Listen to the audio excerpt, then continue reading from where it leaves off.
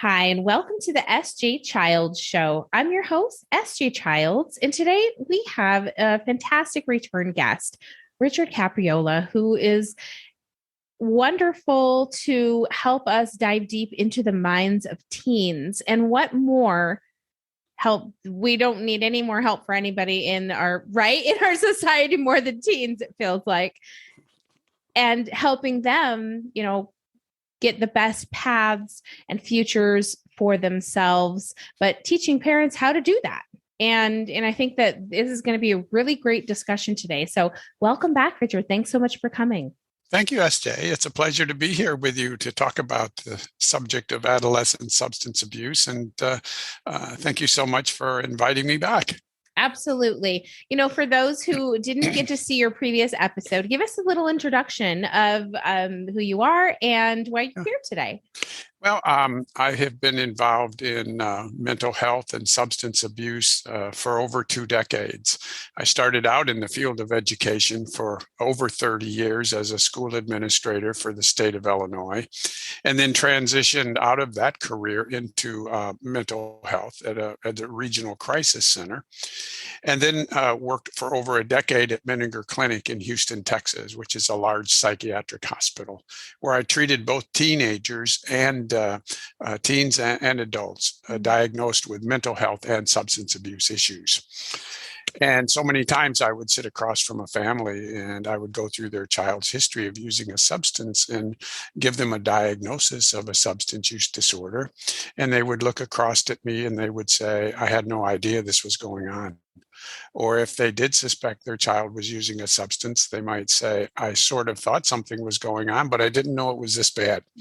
And these are good parents. These are very good parents. They were doing the best job they could. They missed the warning signs because nobody told them what to look for. Right. Nobody told them, what they should be looking out for. So after I left Menninger, I wrote my book, The Addicted Child, A Parent's Guide to Adolescent Substance Abuse. To be a short, kept it to around 100 pages because parents are busy. They don't have time to read volumes of information. But I wanted to give them the basic information about adolescent substance abuse, hoping that it would help them feel a little bit more comfortable with the subject, because it can be a scary subject for a lot of parents that I think a lot of parents want to avoid. They don't want to look at it. Yeah. They don't want to look at it. So hopefully this brief book will help them gain a basic understanding of adolescent substance abuse, how substances work in the teenage brain, what the warning signs are, what the treatment options are, what type of assessments are recommended, and just hopefully feel a little bit more comfortable and a little bit less afraid of this topic. Yeah, isn't that the truth? And today we're really going to talk and dive deep into what happened over the last 2 years and how the pandemic has shaped and how these children have been, put into a situation or, teens in that nobody has had any experience of before. We're all navigating a way in and out of this. So what are your thoughts? And let's get started on that discussion and what we can do to help our teens. Yeah, I think what we noticed was during the pandemic year, last year, 2021, we noticed that there was a substantial decline, a decrease in adolescent substance abuse. For example, the percentage of teenagers that were using a substance declined significantly in 2021 across all substances, whether it's alcohol or marijuana or nicotine, which are the most commonly used substance by today's teenagers. Alcohol being used by seniors, high school seniors, dropped from 55% to 47%. Wow. Among 10th graders, it dropped from 41% down to 29%. And marijuana showed a similar decline among students, and even vaping of substances like nicotine and marijuana, which prior to 2021, prior to the pandemic, had been surging. On the rise, we had seen for about 3 years a dramatic increase in teenagers vaping nicotine and marijuana. Well, even that declined during 2021 as kids were pulled away from their social environment. They were pulled away from school. They were doing, at home classrooms, online education. They were pulled away from their social activities, their sports activities, being at school. And I think that contributed to a large extent to the decline that we saw.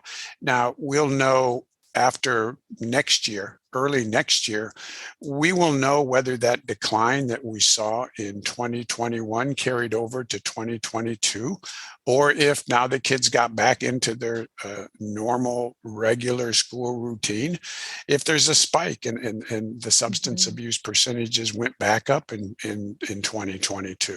We'll know that sometime in early 2023.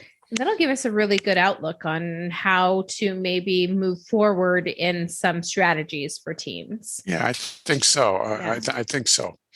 That's great. And, I was just thinking while you were talking about that, I don't know why this came into mind, but around the time that they were doing a lot of the vaping commercials and a lot of news articles saying that it was coming out. And then, of course, unfortunately, there were a lot of COVID. I wonder what, as far as the lungs and stuff, I wonder how much of that was maybe that happening before it happened. But anyways, that's not a conversation for today. Just a random thought in my brain. Okay. I won't make you travel down that rabbit hole with me.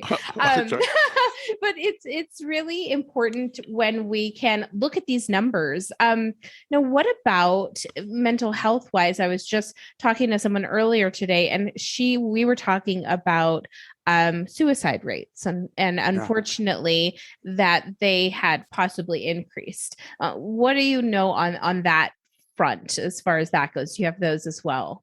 Well, while we saw a decline in teenage substance abuse, we saw the opposite effect, an increase in teenage mental health issues and crises. Now, that's not anything new, because for about 10 years prior to the pandemic, we had already seen a dramatic increase in mental health issues among teenagers. For example, from roughly 2009 to 2019, there had been a 40% increase in high school students reporting feeling sad, feeling depressed, feeling hopeless. And there'd been a 36% increase in teens seriously considering suicide. And that was for about 10 years. Then the pandemic came along. And, during the pandemic, teenagers faced unprecedented challenges. It changed their lives. It changed the lives of their families. Children were removed from their classrooms and their friends and their social and athletic activities. Many were isolated at home, struggling with online learning, and their interaction with their peers was limited pretty much to social media type of platforms and things. So we saw during that pandemic year, depression, anxiety, almost doubled among teenagers. And early 2021, we saw visits to the emergency room for suspected suicide were 51% higher for girls and 4% higher for boys. Wow. And students across all grades were reporting feeling anxious and angry and annoyed. Some reported feeling bored and sad and lonely, and then some were reporting problems sleeping. So, this had a dramatic impact on adolescent mental health, and I think on adults too, because many adults were struggling with the changes in their life as a result of the pandemic, and families were affected, and when families are affected, kids are affected. So it sort of just affected the entire family situation during that pandemic year. We were so lucky in our home that I was already homeschooling one child. And so to bring our second child home for homeschooling, I mean, it was a juggle to learn how to accommodate both of them, but we Yeah. already had a system in place, which was so nice. And then, but when we were unable to bring therapists in the home anymore to work, with our son as they had before, we really took it upon ourselves to still help him through those things. Yeah. And, it was my husband who was on unemployment for the first, 9 months or something, that really stepped up and took kind of the place of the therapist in our home.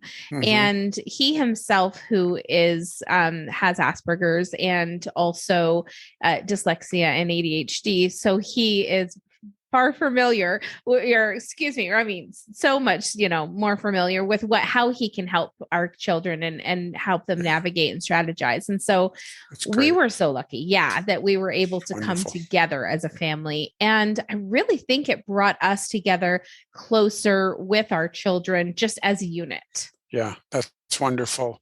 For anyone who's interested, I have on my website, my book's website, 10 questions that you can ask your child to sort of check in on their mental health. And it comes from Newport Academy, which is a very outstanding treatment center for adolescents. I have referred children to Newport Academy for treatment. They do an outstanding job.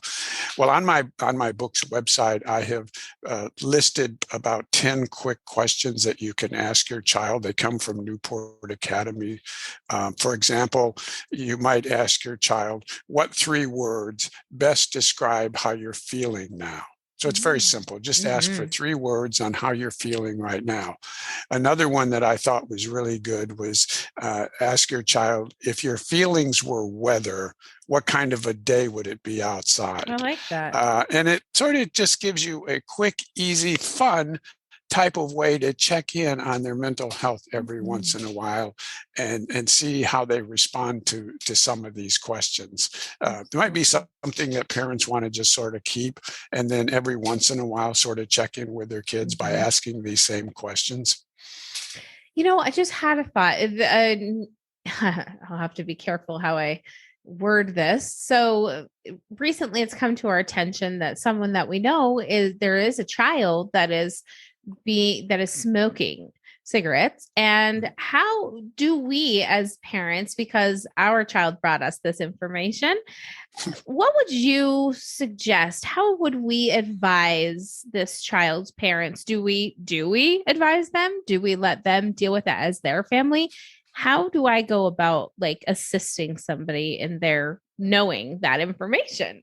Well, I think, it's never a bad thing to communicate with parents, parents keeping in touch with each other so that they can keep on track with what's going on, because there's so much going on that parents don't know about. Right. And I don't think it hurts to be able to say to a parent, I picked up this information. I just want you to know about it, without necessarily being judgmental or telling them what they should do about it, just passing along information that you have heard. As a parent, I think most parents would appreciate the input, the information. They may already know it, but they may not.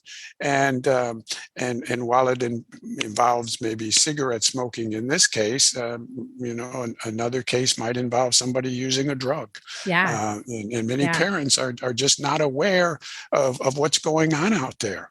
And they might appreciate, a heads up on what you've learned, and then they can take it from there. Absolutely. No, I love that advice. Thank you so much. I'll definitely consider that as the best option.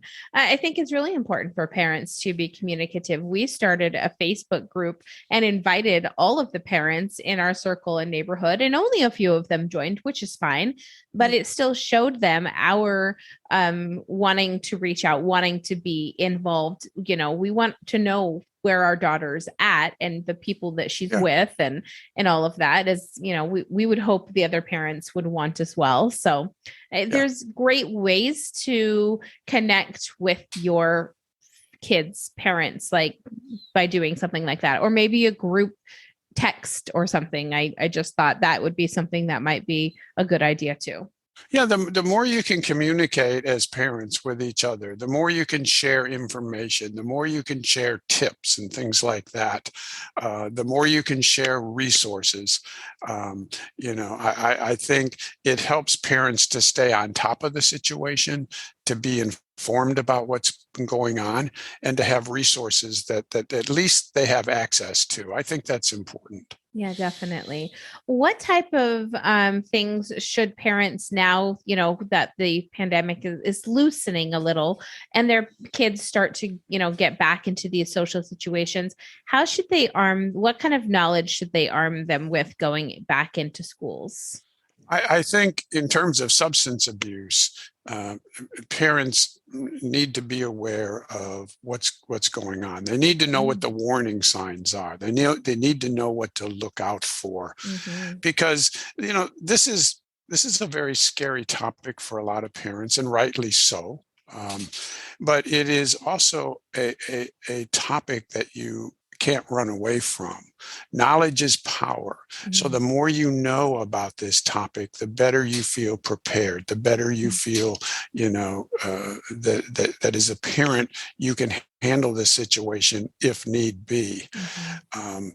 I think parents are well advised in knowing that no child is totally protected from substances. Every Yes. child is vulnerable to being captured by substances. Mm-hmm. It doesn't matter, where you live, urban, suburban, rural area. It doesn't matter what your level of income is. It doesn't matter what kind of school you send your child to. Every child is vulnerable to being captured by these substances, whether it's alcohol or marijuana or some other drug. And I think the reason for that is two. Availability. These drugs are readily available to kids, and they know it. When we ask high school seniors, how easy is it for you to get marijuana? 85% of them tell us it's real easy. I can get it if I want it. 90% of high school seniors tell us it's no big deal to get alcohol. And they also report that it's easy to get drugs like cocaine and amphetamines and tranquilizers. So these drugs are readily available to kids if they want them, and they know where to get them. The other issue is, besides being widely available, these kids don't think these drugs are harmful. They really don't. So when we ask high school seniors, how harmful do you think it is to smoke marijuana on a regular basis? Only 22% of high school seniors tell us they think that's harmful, smoking on a regular basis. And roughly the same percentage, 22% of seniors, don't think it's a big deal to have one or two drinks of alcohol almost every day. Oh my goodness. So, between the two, availability and low perception of harmfulness, you can get an idea of, what we're seeing out there. Yeah. And I remember from our first interview how you discussed how to talk to parents about it and how to really start with how does the brain work, and and then when they understand the working of the brain, really, then how do these drugs and alcohol affect those systems? I think that's so important, because in my working with teenagers, when I was at Menninger Clinic, it didn't do me any good to give them a lecture on how these drugs are illegal, how they're bad for them, how they might affect their grades or graduating or going to college or getting a job. They didn't care about any of that, and they didn't believe it. Mm-hmm. So I was pretty much, talking to nobody. But what did capture their attention was when I started to talk to them about the neuroscience. Mm-hmm. They were very curious about their brain. They were curious about how their brain works. So I would educate them in a very, very simplistic way about how drugs work in the brain. And I have a chapter in my book, a brief chapter in my book, that helps parents understand the importance of of the brain, how the brain works. The fact that the brain, for example, doesn't get fully developed during teenage years, and how certain drugs affect the brain. And in my book, I have a picture of a brain, and it shows the different areas of the brain and what they're responsible for. And then I have another picture that shows where marijuana attaches itself to the brain. And I would show that to the kids, and they could immediately see how marijuana was interacting in their brain, how it was attaching to different areas of the brain, and how it might be affecting some of their functions in the brain. Because many of these symptoms that we see are not readily observable.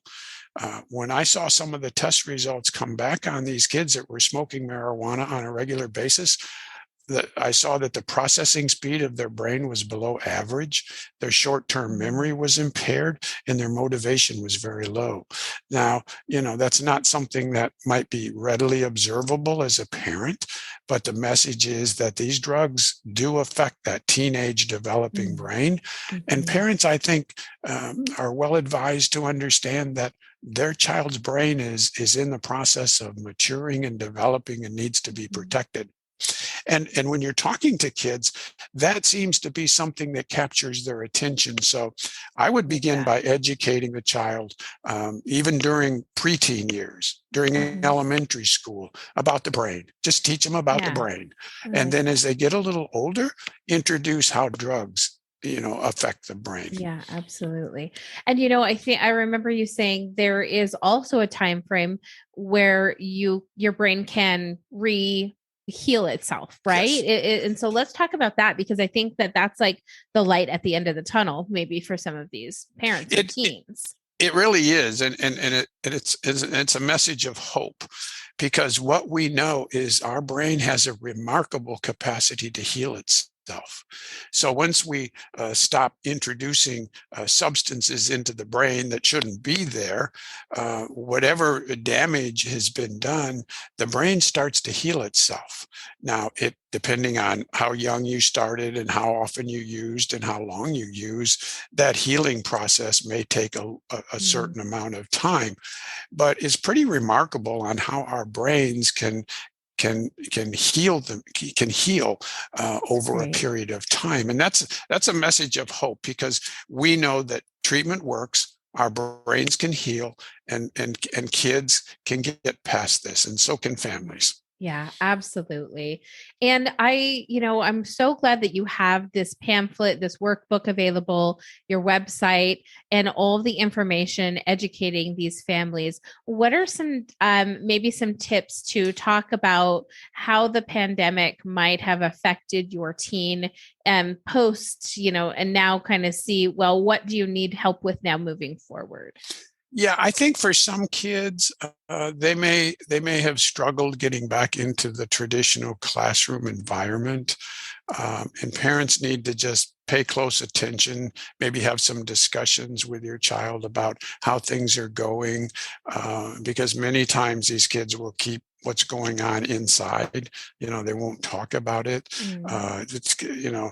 Check in with the teachers to get their observation of how the child is doing in the classroom, how the child is interacting with peers, and if there's anything that teachers and counselors are concerned about. And then check in with your child with these mental health check questions that I have on my website every once in a while, and just have a discussion about, hey, how are things going at school? What's going on? How are you feeling about getting back into the regular school environment? Just sort of in a casual way, check in with them from time to time. Yeah, I really like that. There's recently like an ad that I've seen where the teenager comes home and she's in a bad mood. The mother says, "Are you okay?" And the teen just, kind of puts her hands up and walks away and shuts the door. And the mother or the teen, vice versa, they send each other a song of how they're feeling.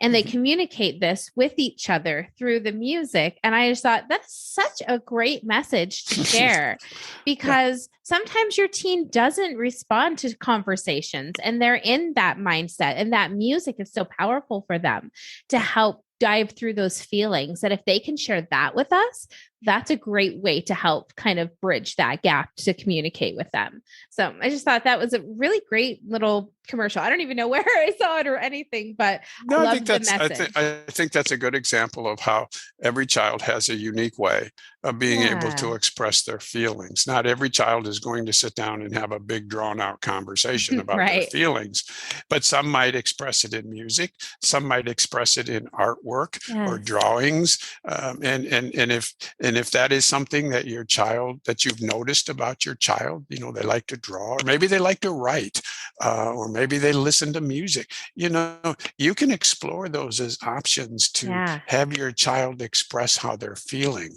And it doesn't always have to be when you've noticed that something that is concerning is going Mhm.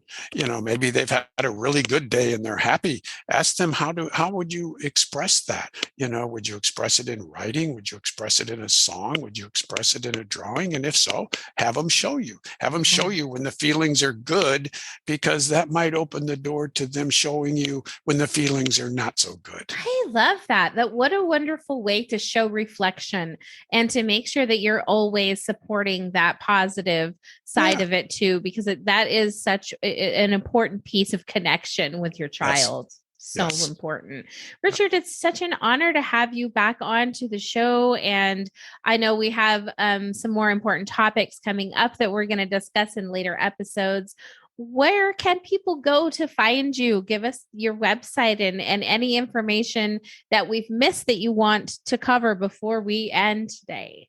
I would say go to the book's website, which is www.helptheaddictedchild.com, helptheaddictedchild.com.